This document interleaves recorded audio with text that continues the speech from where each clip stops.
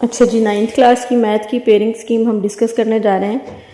Maths का syllabus क्योंकि इस साल चेंज हुआ था तो पेयरिंग स्कीम डिस्कस करना ज़्यादा ज़रूरी है। पेयरिंग स्कीम डिस्कस करने से ये हो जाता है कि स्टूडेंट को अपनी स्टडी का फोकस पता लग जाता है कि किस चैप्टर पे उसे ज़्यादा फोकस करना है।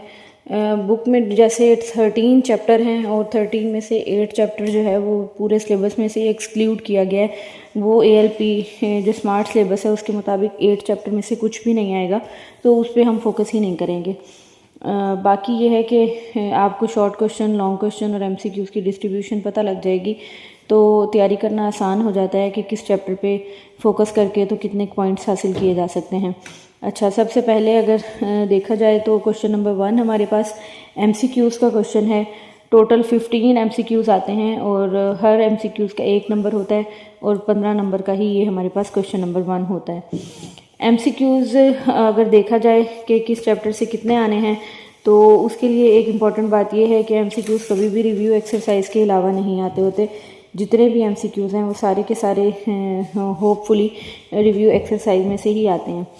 तो अगर उसके अलावा कोई MCQs आते भी हैं तो वो ये है कि डेफिनेशन और जो सैम्पल्स वगैरह हैं आप उन पर फोकस करना है।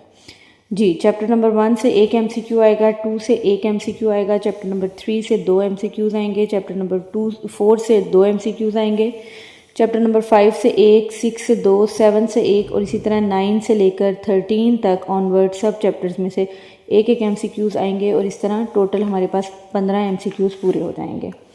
अब आते हैं शॉर्ट क्वेश्चंस की तरफ। तो शॉर्ट क्वेश्चन जो है वो 3 पोर्शंस में होगा हमारे पास, एक पार्ट, दूसरा पार्ट और तीसरा पार्ट, जिसमें आपको टोटल 9 क्वेश्चंस दिए हुए होंगे और जिसमें से 6 क्वेश्चंस आपने अटैम्प्ट करने होंगे। इसी तरह 12-12 नंबर के ये तीनों पोर्शन आपके पास हो जाएंगे और कुल मिला के 36 मार्क्स इसके हो जाएंगे। जी, क्वेश्चन नंबर 2 पे अगर हम आएँ तो क्वेश्चन नंबर 2 आपका बनेगा चैप्टर नंबर 1 से लेकर 5 तक। चैप्टर नंबर 1 से 5 तक इसमें क्वेश्चंस किस तरह आएंगे। चैप्टर नंबर 1 से आपके पास 2 शॉर्ट क्वेश्चंस आएंगे, चैप्टर नंबर 2 से आपके पास 2, चैप्टर नंबर 3 से आपके पास 2 शॉर्ट क्वेश्चंस, 4 से भी 2 और चैप्टर नंबर 5 से 1 शॉर्ट क्वेश्चन आएंगे। तो इसका मतलब ये है कि शॉर्ट क्वेश्चंस पूरे करने के लिए अगर आप पहले 3 या 4 चैप्टर्स अच्छे से कर लेते हैं तो भी आपके 6 शॉर्ट क्वेश्चंस आराम से पूरे हो जाते हैं। तो आप जो है ना इसी हिसाब से अपनी तैयारी रखेंगे। अब अगले अगर चैप्टर क्वेश्चन पर आएँ, क्वेश्चन नंबर 3 ये शॉर्ट क्वेश्चन का दूसरा पार्ट है। क्वेश्चन नंबर 3 ये चैप्टर नंबर 6, 7, 9 और 10 से बनेगा, 6, 7, 9 और 10 से। अब इसमें 8 में से तो जाहिर है हमें पता है कि कोई शॉर्ट क्वेश्चन नहीं आना। बाकी जो हमारे पास 6, 7, 9 और 10 चैप्टर्स बचते हैं उनमें